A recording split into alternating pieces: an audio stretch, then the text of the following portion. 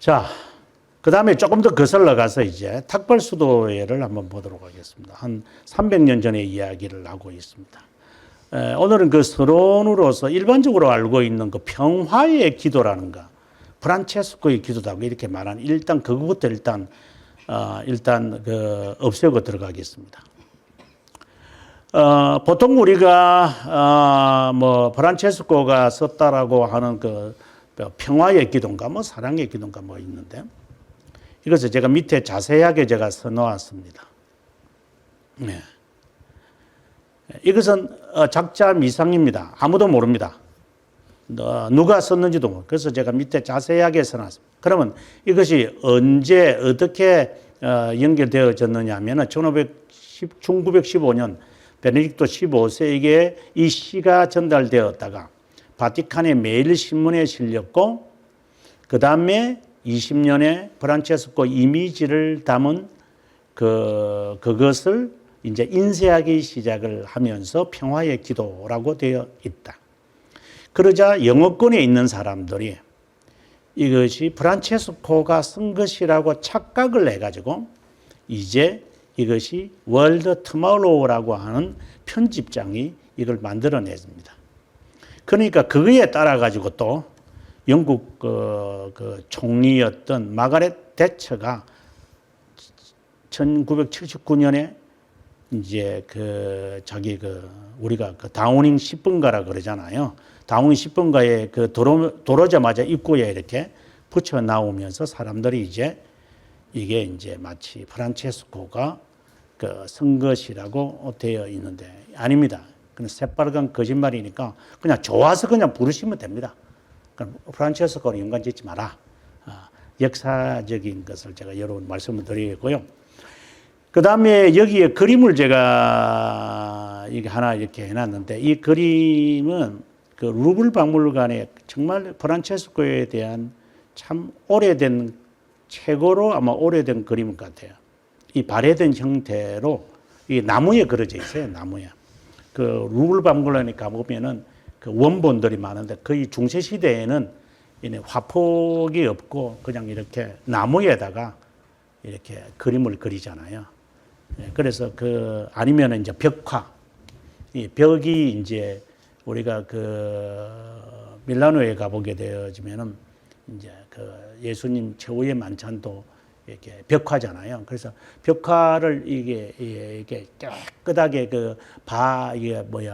썩지 않도록 잘 이렇게 체계적으로 안 해놓고 그려놓으면은 이게 다 썩어버려요. 이게 석고 위에다가 이제 붙이는 거기 때문에 그림을 그리는 거니까. 그래서 그 복원 작업을 지금 계속해서 지금 우리가 시스티나 대성전이 아니고 시스티나 채플에 가보면 그 정전 벽화가 있는데 그 계속 복구 작업을 하잖아요. 근데 밀라노에 있는 그것은 복구 작업을 거의 안 하는 것 같아요. 제가 한 3차례 가서 봤는데 많은 것을 이게 희미해져 가는 것 같아요. 네. 그래서 이 벽화로 하든가, 그거는 이제 중세 후기에 와서 그런 거고, 중세 초기나 중세 시기에는 이렇게 나무에다가 그래 나무가 이렇게 이그러져 버리면 이 그림이 막 뒤틀려져 버리고 나무에서 나오는 잘 소금으로 잘 이렇게 하지 않으면 이게 나무가 뒤틀려져 버리고 그림도 뒤틀려지고 색깔이 바래고 이래서 아마 이 루브르 박물관에서 찍었던 사진인데 아마 잘 훔쳐온 것 같아요. 그 프랑스 애들이. 자, 우리가 평화의 기도 이 내용은 워낙 좋아서 사람들이 많이 읽어서 제가 한번 써놨던 거고요. 프란체스코 하면은 1208년에 아시시에 설립하고 1209년에 이노첸초 3세의 인준을 받는다. 프란체스코 수도에는 청빈 헌신 설교에 자신의 삶을 맹세한다.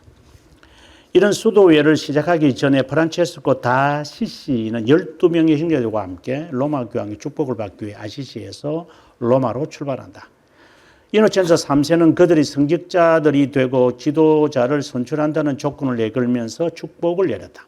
프란체스코는 그 단체의 지도자가 되었고 그 단체는 아시시로 되돌아왔다. 아시시 우리가 작년에 여러분들을 데리고 제가 아시시로 갔는데 아시시가 이렇게 언덕입니다. 산입니다. 이렇게 높은 산은 아니고 이렇게 조금 이렇게 오르막 산입니다. 그래 산 중턱에 있습니다. 그럼 거기가 본래 공동묘지입니다. 그러니까 시신들을 우리나라 과거의 그 신촌 지금 세브란스가 있는 이 신촌 그 충무로 그 언덕 넘어가 그 시체 이제 갖다 버리는 데니까 그 쓰레기장이었죠. 어떻게 보면 이제 거기에 이제 지금 저 세브란스나 그 지금의 이 연세대학교가 세워지죠. 그 땅 줬으니까 고종이 아이 그건 그 지금 저기 금사리개 땅이 됐지만 아무튼 아시시가 그런 땅이에요. 그래 지금부터 가보면 산이에요. 아주 나저막한 산. 그래서 아시시를 가려면 한참 올라가요. 한참 올라가고 그 가보면 과거에 그 불났거든요. 한 20년 전에 불나가지고 다 타버렸어요. 그래서 지하실밖에 새로운 거 없고 나머지는 다 새로 지은 것들이에요. 그래서 지하실에 가니까 그분의 그 사리가 있어가지고 그 사리를 얼마나 거룩하게 하는지 저는 잘 이해가 안 돼가 앉아가 있었고 저걸 보고 사람들이 이렇게 어쩔 줄을 몰라요 사람들이. 얼마나 엄숙한지 모릅니다. 프란체스코의 사리가 있다.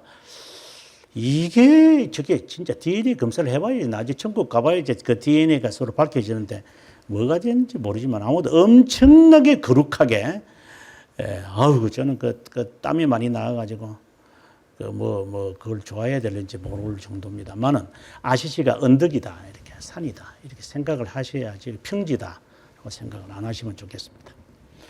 그리스도를 본받고자 하는 그에 대한 소문이 널려 퍼지면서 많은 사람들이 찾아와서 이제 지금처럼 이렇게 수도회가 되었다.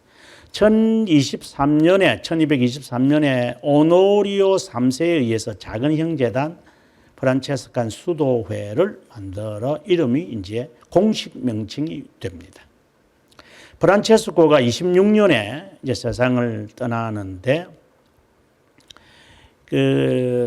지금 세워진 수도원 그 건물은 프란체스코가 세운 건 아니에요. 프란체스코는 성전을 안 지어요. 그러나 지금에 있는 이 모습은 전혀 프란체스코하고는 성격이 다르죠. 아주 화려하게 지어놨으니까. 시간이 지나면서 수도회는 도미니코 수도회와 함께 성장을 거듭했지만 프란체스코 수도회는 분열을 자행하게 됐다. 결국 레오네 10세 우리가 그 바티칸 지금의 건물을 짓는 데 시작을 했던 레오네 10세 있죠. 두 개의 수도회로 나누도록 명령했다. 하나는 다른 수도회처럼 법인적 청빈을 추구하는 수구파, 또 하나는 정신을 고수하는 음수파. 그리고 음수파는 또다시 나누어져서 지금의 카푸치니 커피가 카푸치노인데 그래 수도사들이 먹었다고 해죠. 카푸치노가 아침에. 그래서 아침에 이 사람들이 카푸치노 커피, 저도 카푸치노를 좋아하는데 이게 수도회가 세 개로 나누어진다. 이제 나중에 이 사람들이 다 갈라져요. 갈라지고 결국 이 사람들이 다 어디로 가느냐?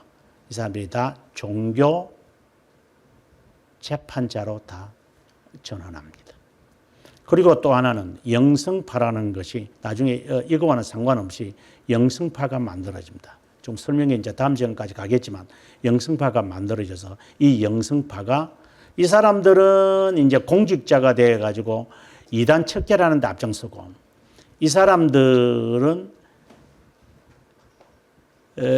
쉽게 말하면 세대주의자, 대표적으로 우리 현대에 와서 세대주의자처럼 이 세대주의자 운동을 합니다. 막 시끄럽게 기도하고 막 그냥 북적북적하고 그리고 막 그냥 혁신적이고 막 이렇게 하다가 이단으로 정죄받아 가지고 역사 속에서 사라지고 말고 이들은 또 종교재판자가 돼버리고 그래서 프란체스코의 이 정신은 그가 죽고 난 다음에 다 사라져 버리고 맙니다.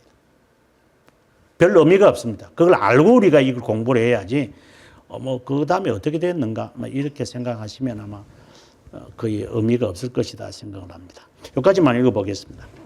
프란체스코 수도회는 복음을 전하는 일과 자선을 베푸는 일에 종사하면서 학문에도 열중했다. 이거는 나중에 이야기고요. 프란체스코 자체는 이 학문에 대해서는 별로 관심이 없었습니다. 종교개혁 이전 영국에서는 많은 대학교 교수들로 활약했다. 그 대표적인 인물이 스콜라주의의 면도날이라고 알려진 존 던스 스코터스. 면도날이라는 게 오카미 윌리엄을 말하는 거고, 존 스코터스가 이제 스콜라주의를 무너뜨리는 이제 1단계가 되어지고, 그 다음에 윌리엄 오캄이 오캄의 면도날이라 이래가지고 이제 스콜라주의를 아예 세상에 없애버리는, 없애진 것은 아닌데 아무튼 없애는 그 일을 담당하는 사람들이 바로 프란체스코 수도사들이다. 그리고 나중에 로저 베이컨, 프란시스 베이컨하고 다릅니다. 로저 베이컨이라는 사람들이 다 그리고 교황들도 등장을 했고, 프란체스코 수도에는 1492년 신대륙 발견하러 갔던 콜럼버스와 함께 신대륙으로 가서 최초로 수도원을 짓는 일을 한다. 그래서 프란체스코에 대해서 그냥 전체적으로 서론적으로 우리가 이제 알고, 다음 시간에 이제 이분들의 생애 그리고 그 이후의 역사를 좀 자세하게 두 번째로 우리가 보도록 하겠습니다. 글식 수도회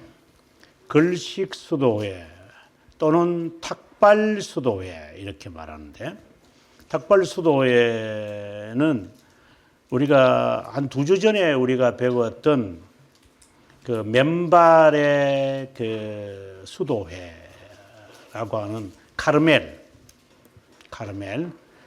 수도회도 어떻게 본다면은 걸식 수도회에 들어갈 수 있지만, 이제 이 사람들은 점차적으로 수도원 중심으로 있게 되어집니다. 그러니까 시작은 이렇게 맨발이었죠. 하지만 이렇게 바뀌어집니다. 제가 처음 수도원 운동에 대한 이야기를 하면서 그랬지만, 은자들의 모임이 공동체 모임으로 바뀌어졌다가 공동체 모임이 수도원으로 바뀌어진다. 이거는 건물이잖아요. 그 수도원으로 바뀌어지는 이 과정이 우리가 수도원 운동에서 잊지 말아야 하는 것이고, 수도원이 되어버리면 빌딩을 가졌다는 거니까, 건물을 가졌다는 것이니까, 걸식 수도회가 시작은 지금 우리가 보겠지만 걸식으로 시작하는 거는 맞아요. 하지만 수도원을 갖게 돼요.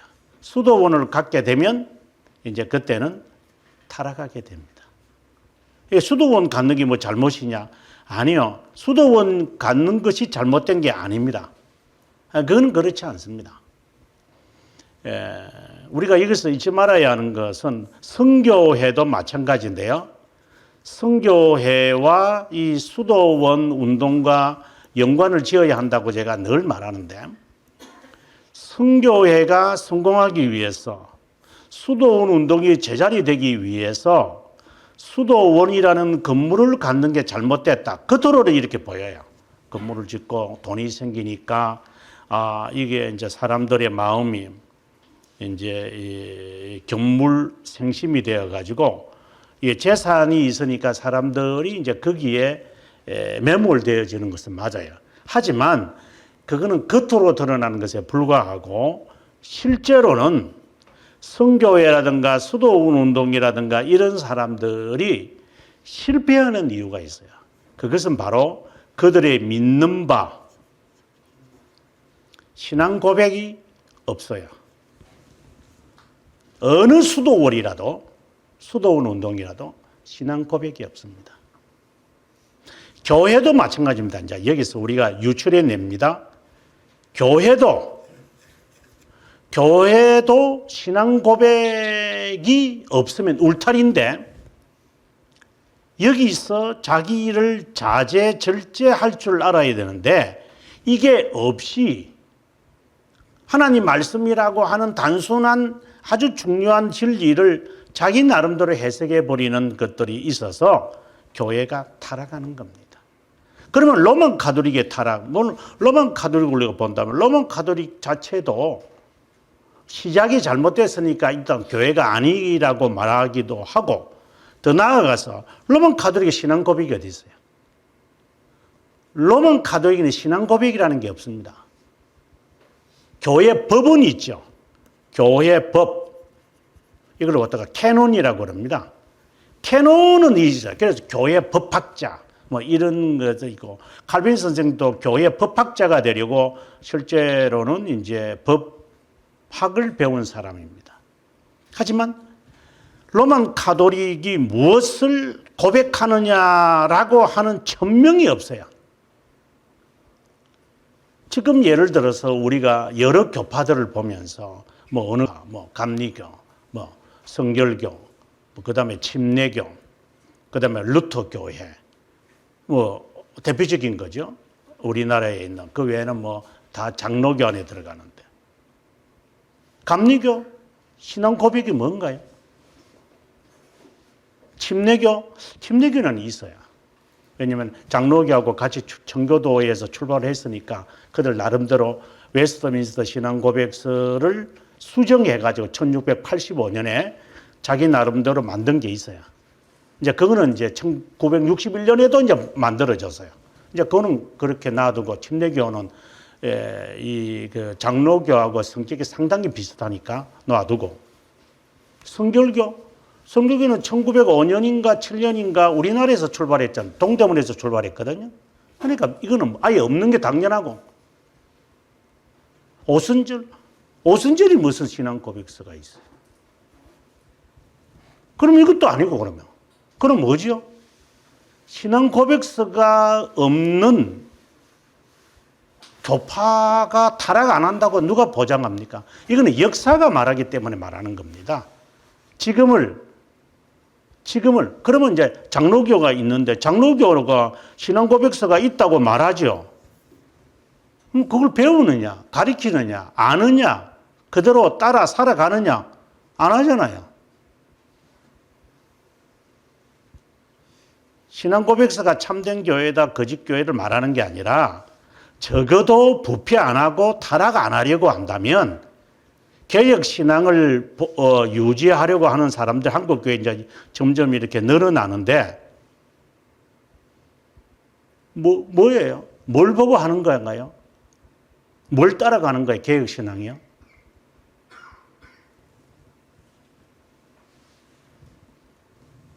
정말 답답할 때가 많아요.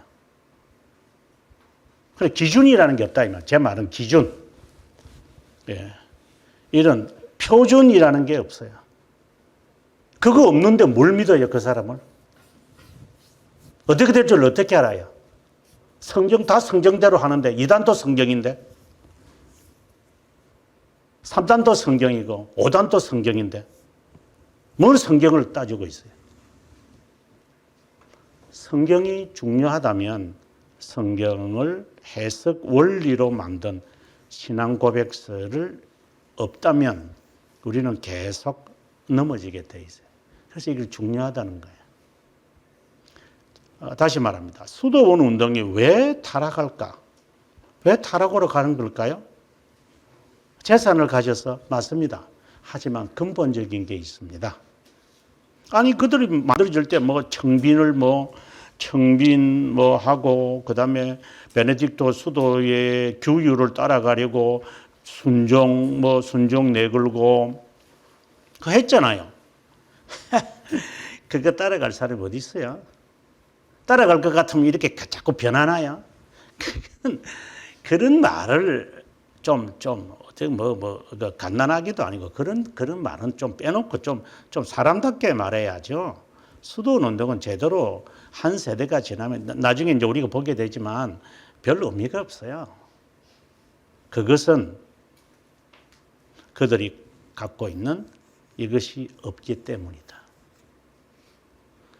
얼마나 중요한지 모른다라고 하는 것을 여러분 꼭 명심해. 우리나라 선교회도 마찬가지일 거다. 선교회의 지침이 어디 있어요? 삶의 규범이 어디 있어요? 지도자가 바뀌면 다 바뀌는 거죠.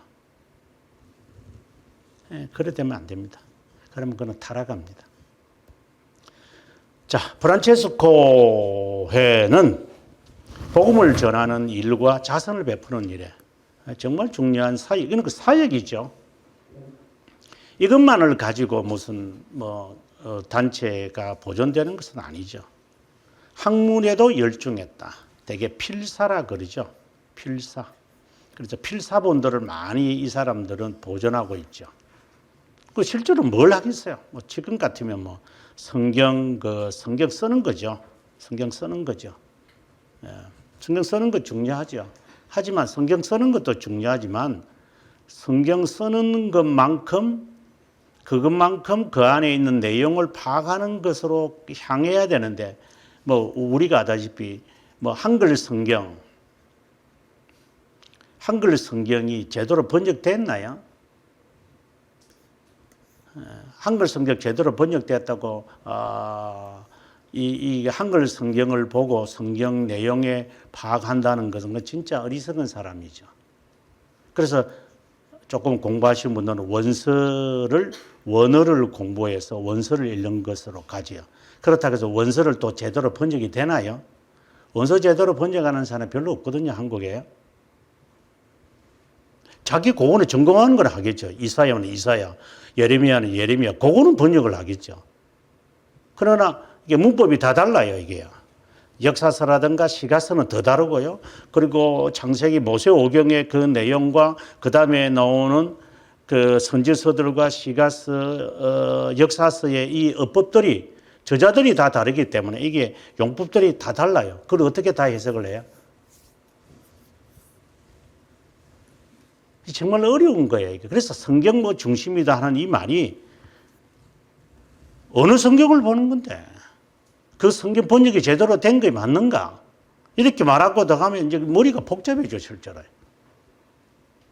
그래서 제가 추천하는 거는 적어도 성경을 쓰려고 그러거나 성경에 마음이 있다면 적어도 영역본이라도 봐라. 적어도 이거는 봐라. 그거라도 안 되면은 이제 이것과 이제 원서를 어쨌든 더 되면 원서를 통해서 봐라. 그래서 제대로 된 것을 봐라. 요즘 제가 칸트에 대해서 다시 공부를 하는데 칸트의 그 어려운 철학에 대하여 한국 칸트 협회가 하는 것과 그리고 칸트를 그 이후에 이제 전공을 해서 오신 분들이 서로 충돌이 일어나요. 왜 충돌이 일어나느냐? 번역 문제 때문이에요. 단어 선택하는 것. 그때는 그렇게 했지만 실제로 딱 자기들이 독일에서 오랫동안 요즘에 공부하러 오신 분들이 워낙 많아서 보니까 이거는 이런 뜻 아닌데 왜 그런 단어를 써요? 저도 마찬가지잖아요. 삼위일체라는 단어 제가 싫어하잖아요. 동질이라는 단어로 바꿔라. 지금 시대가 바뀌었다. 이거 틀렸다 이거. 삼위일체라는 번역 잘못된 거다. 이거 잘못된 거니까 삼위동절이라고 하려면 삼위동절이라 하든가 그러면. 그러니까 의미는 동일한 본질이라 해놓고 해석은 일체. 왜 일체예요? 일체는 아니죠. 이제 이런 거와 같은 거라 이 말입니다. 그만큼 성경은 정경이기 때문에 얼마나 번역의 단어 선택에 중요해야만 하느냐. 그래서 성경을 쓴다라고 할 때, 한글 성경 쓴다고 할 때 별 의미가 없을 수도 있어, 실제로. 그 의미를 어떻게 파악을 하겠어요? 쓰는 데만. 쓴다는 것도 중요하지만, 쓴다는 것에 그냥 중요성을 가지면 괜찮아요. 더 이상. 그러나 그 다음에 단계로 가야죠. 그래서 이들이 학문에도 하기 위해서 필사를 주로 이제 한 건데, 그 다음 단계로 이제 가보겠습니다. 종교개혁 이전에 영국에서 많은 대학의 교수들로 활약을 했다. 이들의 인물 가운데서 대표적인 스콜라주의자들이 있는데, 던스 스코투스와 오캄의 윌리엄입니다. 그리고 로저 베이컨. 이 사람들은 대표적으로 로만 가톨릭의 프란체스코 수도회 출신의 학자들입니다. 이제 이것과는 상대적인 사람이 있죠. 우리가 다음에 이제 도미니코 수도회를 배우겠지만 도미니코 수도회 출신의 대표적인 사람 보나벤투라. 네. 대표적인 사람. 그 다음에, 이거 죄송합니다. 보나벤투라는 이쪽이고. 보나벤투라와 같은 시대에 도미니코 수도에 수도사가 있는데 바로 토마스 아퀴나스죠. 대표적인 사람입니다. 이제 이런 사람이 있는 것처럼 이 프란체스코 수도회에서도 적어도 뭐 한 400년 동안 대표적인 사람을 두라면 이렇게 둘 수가 있다고 봅니다. 자, 프란체스코에 대한 자세한 이야기 이 시간에 다 할 수는 없지만 그러나 간단하게 아시시에서 태어났다. 아시시 출신이다. 조금 이렇게 산이에요. 산에 그 리옹이라는 곳도 산이거든요. 그 리옹도 산이고 아시시도 산이에요. 로마에 가보면 알지만 로마도 이 언덕이 7개가 있어요. 그래서 모여진 게 이제 로마 도시가 되어지는데 이렇게 아마 산등성이에 있다고 보시면 될 것 같습니다. 그 다음에 프란체스코는 어릴 때 정규 교육을 받지 못하고 장사꾼, 아버지가 장사꾼이었습니다. 포목장사라고 주로 알려져 있습니다. 그래서 돈이 이제 좀 있어서 이제 방탕한 생활을 했다. 이렇게 보시면 좋습니다. 그리고 난 다음에 이제 아시시와 페루기아, 왜 그 이탈리아 안에서도 이렇게 싸움이 있느냐면 당시에 여러분 아다시피 공화국 정치입니다. 그러니까 이탈리아라는 나라는 나중에 이제 18세기에 만들어지고 그 전까지는 다 이렇게 공국. 그래서 지금도 가보면 토스카니 지역, 이렇게 중앙에 토스카니 지역, 그리고 주마다 이제 우리 개념으로 주죠. 아니요, 그 미국 같으면 주죠. 우리 같으면 이제 도 중심으로 그 지역에 이제 영주들이 있어서 이 영주들끼리의 싸움을 하는 가운데 참여해 가지고 1년 동안 포로 생활을 했다. 질병에 시달리다가 이제 그런 계시를 받게 되어집니다. 1205년에 아시시로 돌아와서 이제 그 계시가 뭐냐면은 이제 하나님의 종이 되는 거죠. 문둥병자들 사이에 선행을 하면서 폐허된 교회를 건축하기 시작했다. 지금 우리가 재작년에 아시시를 갔었을 때 보니까 이게 그 시신들을 집어 던지는 그런 그러니까 공동묘지 그 지역입니다. 그러니까 문둥병자들이 이제 거기에서 살았던 거죠. 그래서 그 사람들을 도우러 이제 갔다 이렇게 보시면 됩니다. 근데 부친은 화가 나죠. 그래서 법적 상속권을 갖고 있는 아들이니까 이제 그는 이제 어떻게 보면 호적에서 너가 빠져나가라 이 말이죠. 그러면 이 사람은 빠져나가 버린 거죠. 이제 그러면서 이제 여기에 불황자들과 문둥병자를 돕는. 그럼 뭘 먹고 살았을까? 어디서 살까요? 이제 그들이 주면 먹고 이제 그러니까 노숙자와 같은 삶을 살았다 이렇게 보시면 됩니다.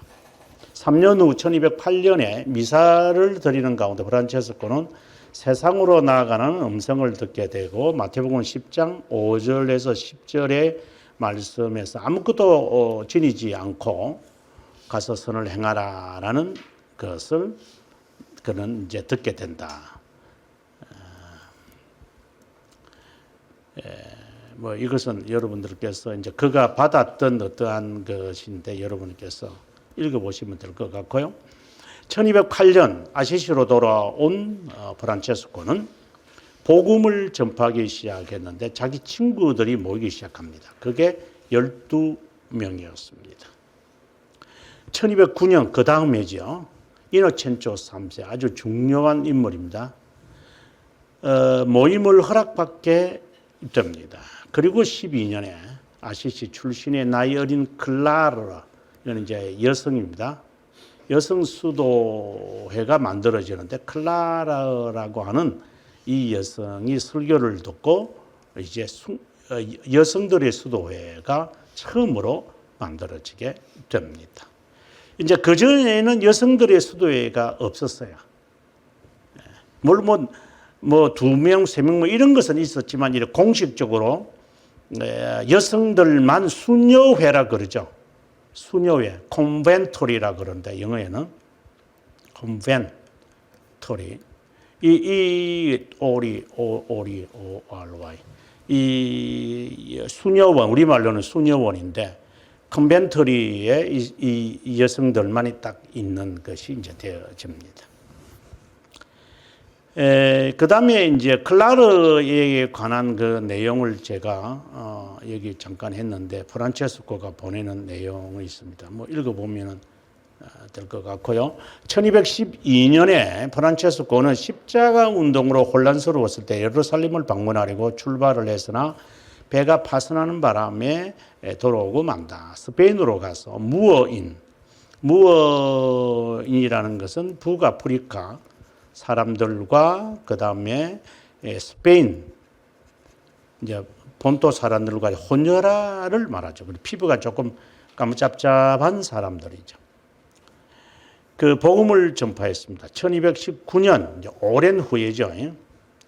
이집트로 가서 복음을 전파하여 술탄들을 개종시켰다. 다시금 예루살렘으로 갔고 20년 그곳에 머물렀다. 순교하기를 원했던 것 같지만 하나님은 막으셔서 되돌아오는 길에 형제들 사이에 분쟁이 있는 것을 알고 이제 자신의 지도직을 사임했다. 이것은 예상해야만 합니다. 아까도 제가 말했지만 어떤 단체가 이렇게 형성이 되기 시작하면 빨리 우리가 흔히 말하는 그 헌법이라 그러죠. 챕터를 빨리 만들어야 됩니다. 우리는 어느 것에 따라서 신앙을 할 것이다라고 하는 것. 그러니까 교회는 신앙 고백서가 정해 있잖아요. 그럼 교회는 그거 따라가면 돼요. 각 교회가 할 필요가 없어요. 노예가 있고 총회가 있으니까 우리 총회가 채택하는 것은 웨스트민스터 신앙 고백서 및 대교리 문답과 소교리 문답. 그럼 거기에 맞추면 되는 거예요. 더 이상 다를 거 뭐 있어요? 거기에 왜 초교파가 들어가요? 거기에서는 웨스트민스터 신앙 고백서 가르치는 우리의 신앙의 원리잖아요. 근데 안 해요. 그러면 장로교 아니죠. 장로교라고 하면서 왜 그걸 안 하죠? 그거는 말이 안 되는 거잖아요. 그래서 제가 지난번 춘천에 있는 장로교 협의회에 가서 제가 종교개혁 기념 그 하면서 제가 수백 명 모인 가운데 제가 질문을 아주 과격하게 했죠. 당신들은 장로교의 정체성을 갖고 있느냐? 제가 아주 세게 거기에는 여러 장로교, 우리나라 장로교가 그리고 대표적인 한 10개 있으니까 그거 다 모였더라고 보니 거기에. 총신만 아니고 합신만 아니고 고신도 아니고 대신도 아니고 다 모여 있어. 거기 장신도 있고 모든 그래도 장로교 합성인가 하여튼 이 이름도 모르는 장로교파들이 다 있어요. 고백서도 안 가르치는데 왜 장로교라고 그러냐고 당신들은. 그럼 빼든가 그러면. 그러면 뭐냐 장로교라는 게. 장로교의 원리가 어디 있느냐. 정말 저는 한편으로는 답답한 거죠. 우리의 원리는 각 교회가 세우는 게 아니라 장로교인, 그러니까 이거는 정치적인 단어지만 장로교회가 추구하는 원리라는 게 있어요. 우리 이대로 산다고. 하나님 말씀 중심이고 그리고 교회 중심이고 그리고 이 고백서 중심으로 우리는 산을 길어 우리는 맹세한 사람들이에요. 그러면 그 맹세다 따라가면 되죠. 근데 맹세는 거짓말만 쩍쩍하고 있어.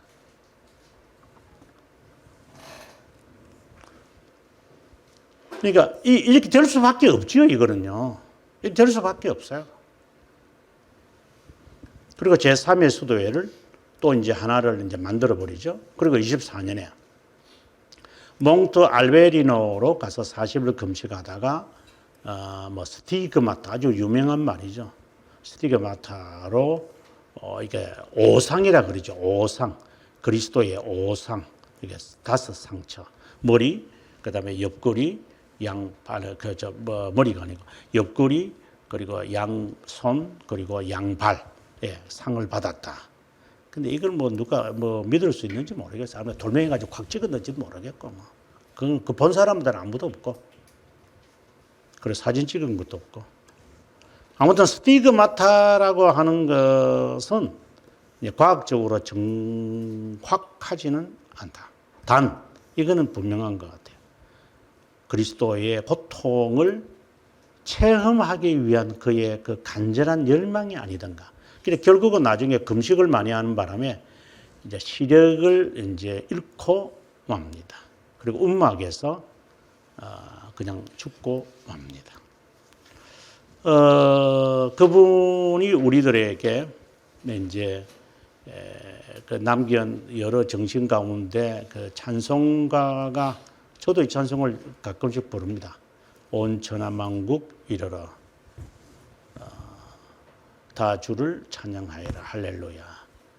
밝은의 저 은빛 밝은 달 하나님을 찬양하라 할렐루야.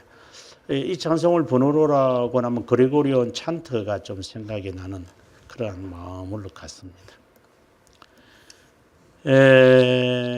앞서 말씀드린 대로 그가 이제 스티그마타를 받고 이제 죽게 되어지는 이야기를 이야기했는데 한번 계속해서 읽어보겠습니다.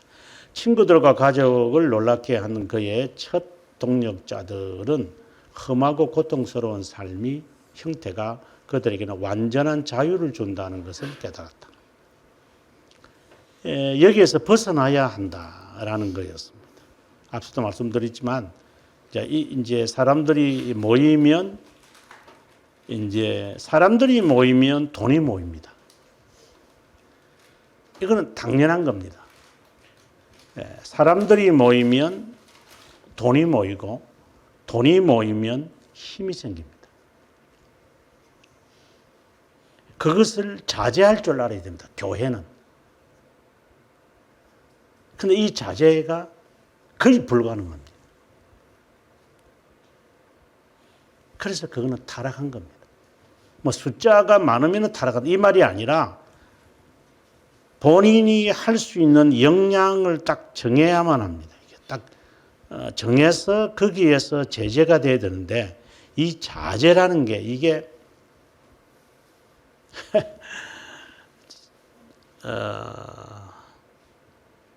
이거는 함부로 말할 수 없는 것 정도로 제 자신도 언제든지 유혹이 있는 것이니까 조심해야 됩니다. 사람이 모이면 돈이 오고 돈이 오면 힘이 생깁니다. 그러면 타락합니다. 이게 다 이거 하나님의 뜻이라고 해요. 하나님의 뜻이라. 그럼 하나님의 뜻대로 하세요. 분명히 말하지만 당신이 하나님의 뜻을 빙자해가지고 많은 짓들을 할 거다. 나중에 심판받겠지만 저는 교회 역사에서 숱하게 제가 이런 사실을 알고 있기 때문에 그래서 실제로 제가 교회 역사를 전공한 것도 있습니다. 성경신학을 하다가 제가 전하는 이유도 교회사를 해야 되겠다. 목회는 현실이지 이상이 아니구나라는 것을 많이 깨달았죠. 결코 오래 지속할 수 없었습니다.